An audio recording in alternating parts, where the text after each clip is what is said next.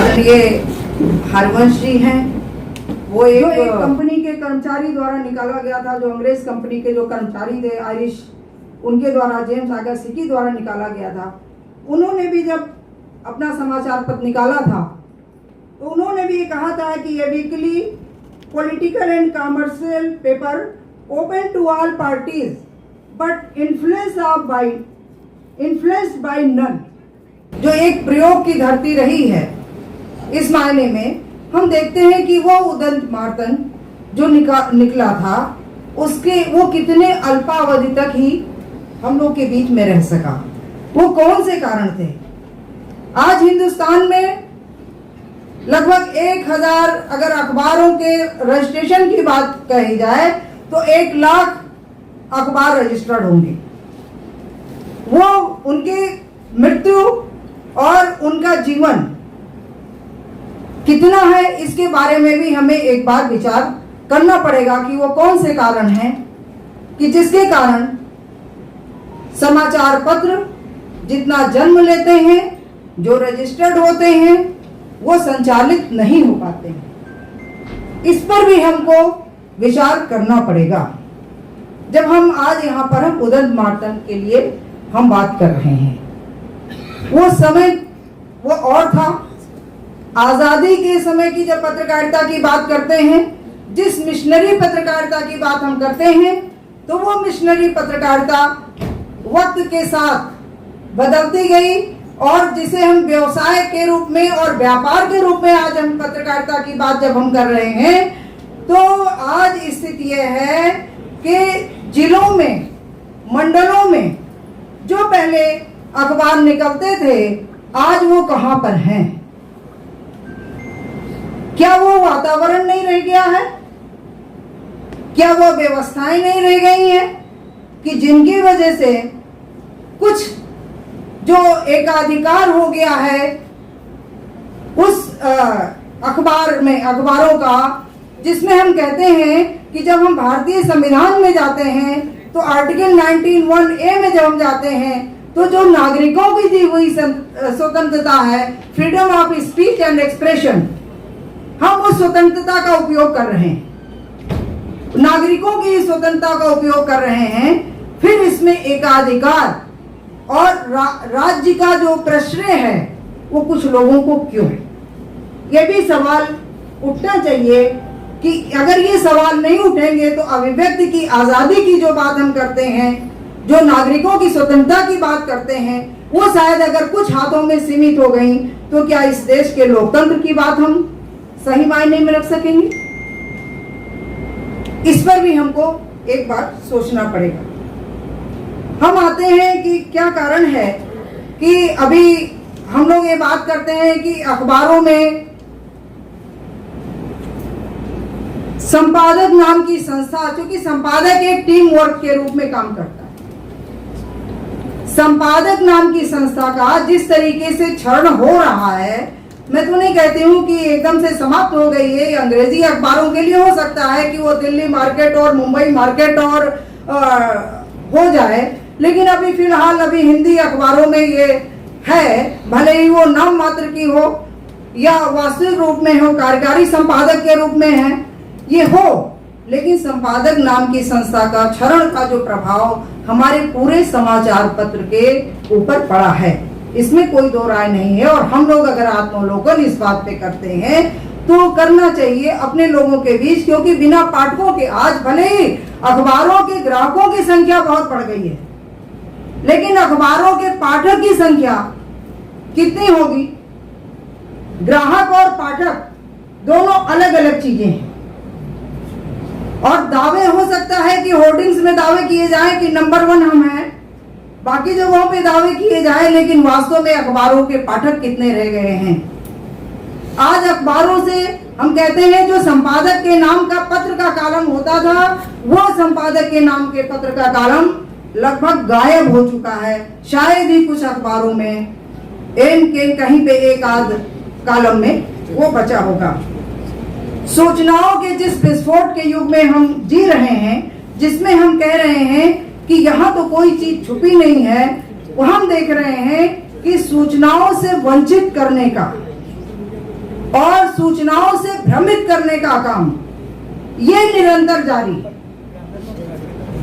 वो जब हम सोशल मीडिया की बात अगर हम जाने भी दें तो आज मैं देख रही हूं और हम सभी लोग इस बात को समझ रहे हैं कि आज अखबारों में प्राइमरी सोर्स जो किसी खबर का होता है वो प्राइमरी सोर्स खत्म हो चुका है।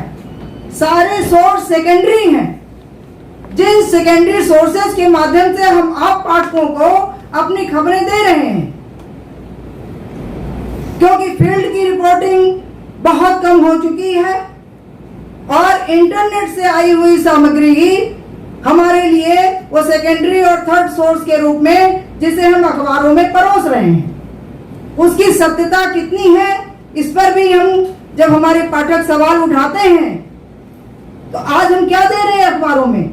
सवाल उठ रहा है कि अगर पुलिस ने, जो गवर्नमेंट एजेंसी है, जो गवर्नमेंट ने बता दिया, अगर आपको बता दिया ये चोर है, हमने इनको चोर कहना शुरू कर दिया, हमने उसका दूसरा वर्जन नहीं दिया, जबकि हम कहते हैं कि भाई दूसरा वर्जन चाहिए। अगर बता दिया किसी को आतंकी है, कितनी बार सुप्रीम कोर्ट ने कहा कि आप कथित रूप से कहिए, सीधे आतंकी मत कहिए। तो जो पुलिस का वर्जन है, बाकी जो एजेंसियों का वर्जन है, वही हमारी खबरों का वर्जन है। क्या सिर्फ हम पुलिस की खबरें छापने के लिए अखबार निकाल रहे हैं?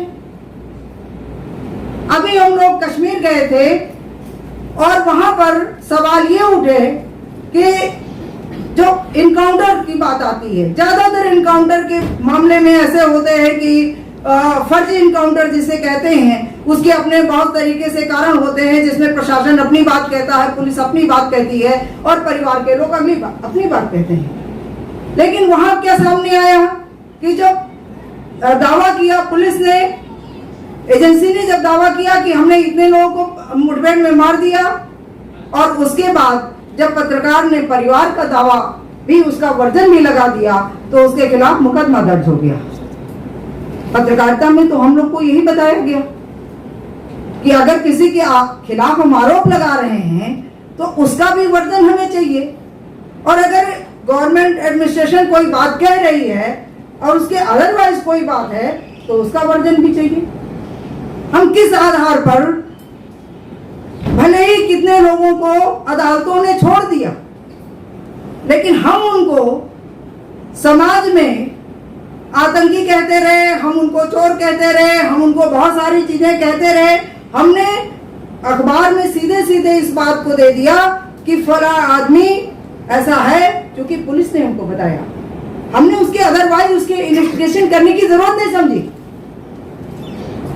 तो ये जो चीजें आज जो हमारे पाठक जब सवाल करते हैं, तो ये सवाल कहीं ना कहीं हम लोग के दिल में भी छूता है कि हम कहाँ गलतियां कर रहे हैं, और अपनी गलतियों को मानने में कोई बुराई नहीं है। अपने को सही करने में जब तक हम जहाँ चाहे हम सही कर सकते हैं। अगर हमारे पास संसाधन है, अगर हमने जगह गलती हुई है तो हम उससे क्षमा प्रार्थी भी हो सकते हैं, क्षमा मांगने में कोई बुराई नहीं है। लेकिन ये हम अखबार के माध्यम से हम लोगों को कौन सी दिशा और किस आदर्श की बात बताने जा रहे हैं, हम इसके माध्यम से जो हमारे पास एक बहुत ही, चूंकि जो माध्यम है एक बहुत ताकतवर माध्यम है, चाहे हम अखबार में हो, चाहे इलेक्ट्रॉनिक मीडिया में हो, चाहे हम यूट्यूब चैनल चला रहे हो, डिजिटल प्लेटफॉर्म का यूज कर रहे हो, लेकिन हम ये नहीं कह सकते ये बहुत ही ताकतवर माध्यम है जो हर आदमी के हाथ में नहीं है। आप बोलोगे तो आपकी बात दूसरे व्यक्ति तक सीमित रहेगी, हम बोलेंगे तो वो मास में जाएगी। तो हम एक ओपिनियन मेकर की बात कहते हैं कि हम ओपिनियन बनाने का काम करते हैं। तो हम कौन सी ओपिनियन समाज को दे रहे हैं? हम एक तरफा ओपिनियन क्यों बना रहे हैं? हम किसी एजेंसी के ही माध्यम से क्यों अपनी खबरों को परोस रहे हैं? और ऐसी खबरें हमारे अखबारों में, हमारे उसमें लगभग 80-90% होती हैं। तो इनके बारे में एक जो पाठक का ही थे, पाठक का है, पाठक हमसे पूछता है कि सही बात क्या है, हमें अखबार क्यों पढ़े? हमारा पैसा जो है वो अगर टीवी चैनल देखता है तो उसके लिए भी पैसा देता है, अखबार खरीदता है तो उसके लिए भी पैसा देता है, और अगर यूट्यूब चैनल और जो डिजिटल मीडिया प्लेटफॉर्म पर है उसके लिए भी वो इंटरनेट और मोबाइल के लिए पैसा खर्च करता है, वो सही सूचनाओं के लिए पैसा खर्च करता है। न कि हमें की सूचनाओं, भ्रामक सूचनाएं दी जाए या हमको गुमराह की जाए या किसी के खिलाफ हम उकसाने वाली कार्रवाई करें। तो ये सवाल सिर्फ आज ही नहीं हो रहे हैं, पहले भी होते थे।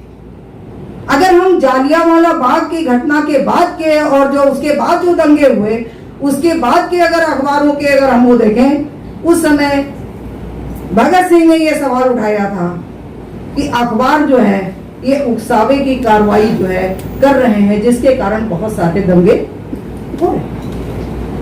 अगर हम उत्तर प्रदेश से मैं आती हूं, आपने राम जन्मभूमि की बात कही, अब उस जिले का नाम फैजाबाद नहीं बल्कि अयोध्या हो गया है।